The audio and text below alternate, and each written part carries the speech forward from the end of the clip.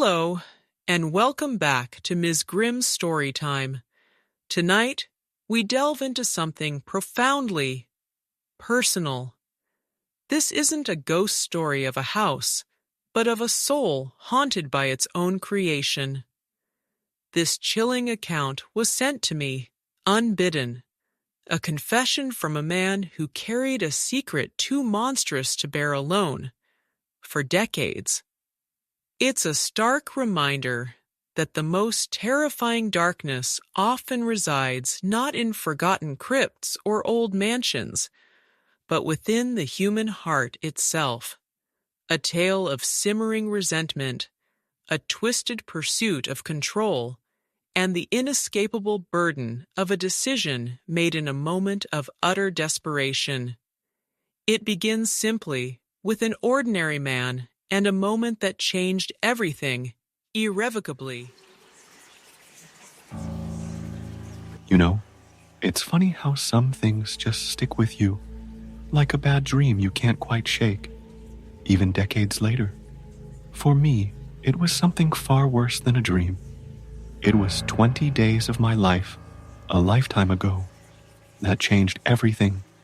Before all the planning, before the 20 days, there was a beginning.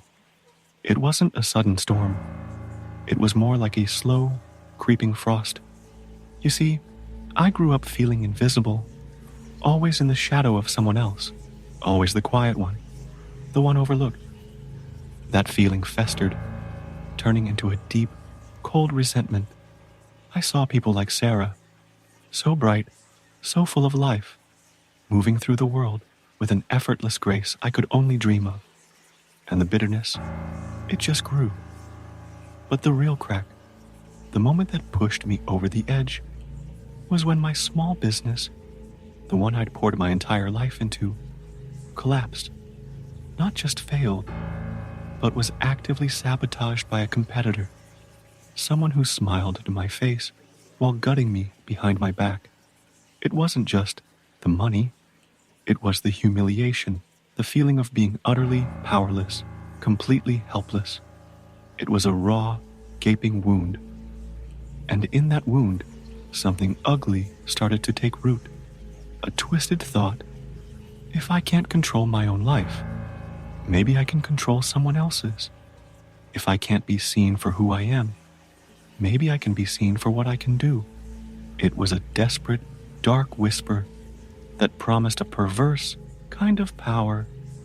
And that's when the hum of my apartment lights, that constant buzz, somehow matched the one in my head, and I started watching Sarah. The first few days were a blur of adrenaline. There was this strange, almost giddy thrill of the forbidden.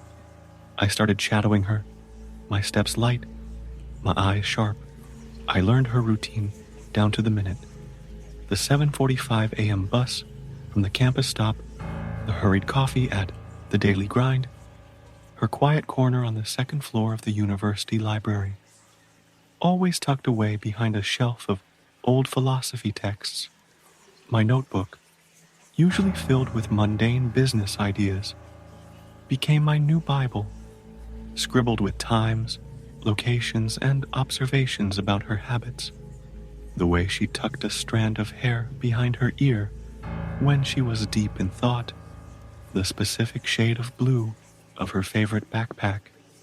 It all fed this growing obsession.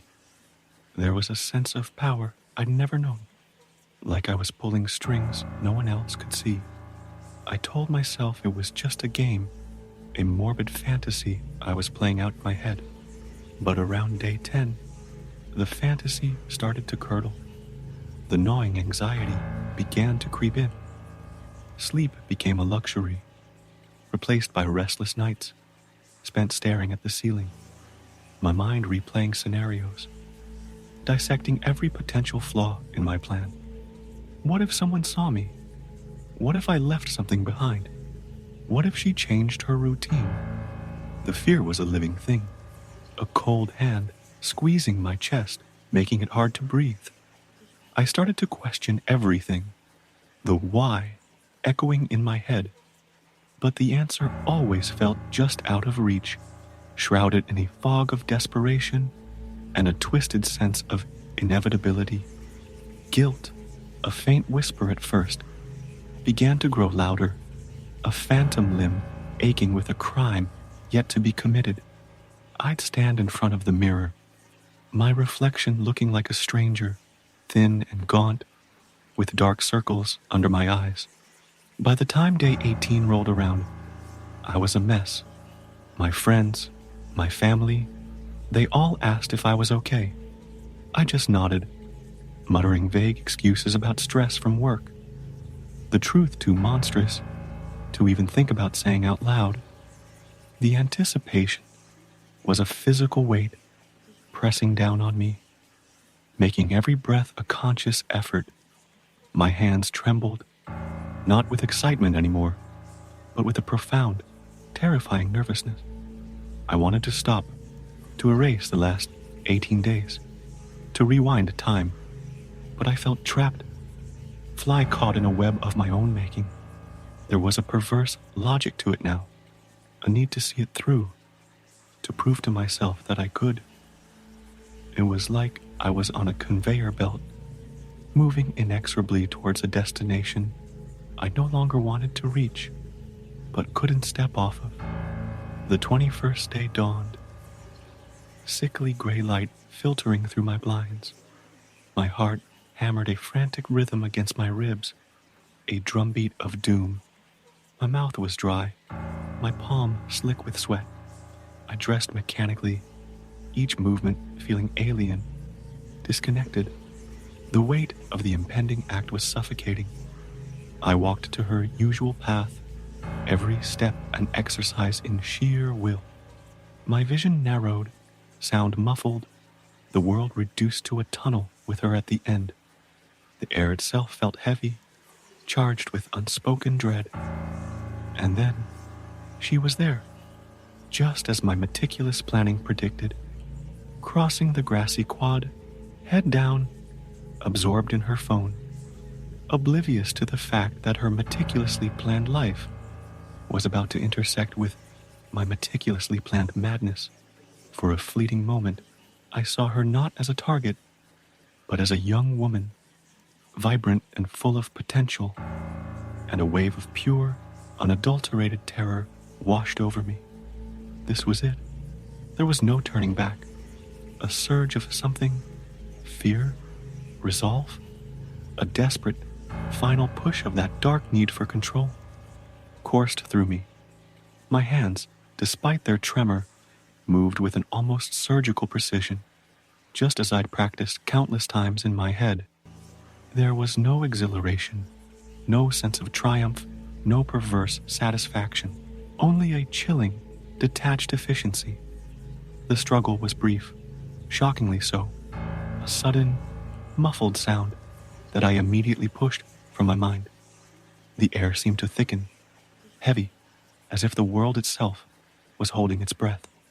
And then, silence, a profound, echoing silence that swallowed everything.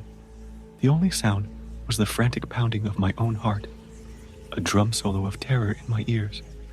I left quickly, anonymously, melting back into the morning crowd, just another face among hundreds. But inside, I was utterly, irrevocably changed. The aftermath was not the relief I had, in some dark corner of my mind, expected. It was a suffocating void. The initial shock gave way to a cold, creeping horror. My hands, which moments before had felt so capable, now seemed stained, irrevocably tainted. The world outside my apartment, once vibrant, now felt dull, muted, as if all the color had drained away. Guilt, once a whisper, roared into a deafening scream. It clawed at my insides, a nauseating wave that threatened to consume me. Every shadow seemed to hold an accusation. Every distant siren sounded like it was coming for me. I scrubbed my hands until they were raw, but the stain wasn't on my skin. It was on my soul. The image of her face, the fleeting moment of understanding in her eyes played on an endless loop in my mind. A tormenting film I couldn't escape. 20 years. Can you believe it? 20 long years later, and it still haunts me. That guilt is like a shadow, always there, always whispering to me when things are quiet, screaming at me in the dark. The urge to lash out, to control, to feel that perverse sense of power again. It's a beast I fight every single day. I've built a life, a facade of normalcy, married, had children, even grandchildren. But underneath it all, the phantom limb still aches, a constant reminder of that cold, gray morning. For the past 2 decades, every single day, I've wondered if anyone can see through me. At family gatherings, laughing with my kids, holding my grandkids, I look into their innocent eyes and wonder if they sense the darkness I carry. When I'm in a random crowd at a bustling marketplace or sitting alone in a quiet coffee shop, I study the faces around me. Each one tells a story, but I can't help but wonder if any of those countless strangers, those seemingly ordinary people, have done something similar to what I did. It makes you wonder how terrifyingly easy it is to commit a crime like that and simply disappear into the anonymity of everyday life, to kill someone and just get away with it. Before I left this world, I sat my grandkids down, their faces so innocent, so full of life. It was the hardest thing I've ever done, but I told them, not all the gruesome details, of course, but enough for them to understand that their grandpa, whom they loved, had done something truly terrible, something he regretted with every fiber of his being. I told them so they'd know the true cost of darkness, and maybe, just maybe, so they could carry a piece of my burden and learn from my mistakes. And even now, knowing I'm gone, that fight, I know it never truly ends. It makes you wonder, doesn't it? How many of us walk around carrying unspeakable secrets, hidden beneath a smile? Are you just like me? A powerful story, isn't it? The true horror, perhaps, lies not just in the act itself, but in the relentless, suffocating presence of guilt. To walk among us, seemingly ordinary, yet concealing an unspeakable secret for 20 long years. It truly makes you wonder how many faces in the crowd might conceal such a profound, internal darkness. This confession forces us to confront a terrifying thought: how easily one can slip from the light into the deepest shadow, driven by feelings we all, perhaps, understand. Invisibility, resentment, a desperate need for control.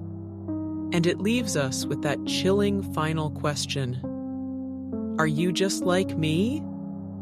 If this haunting account resonated with you, if it left you with a shiver of recognition, please do give this video a like.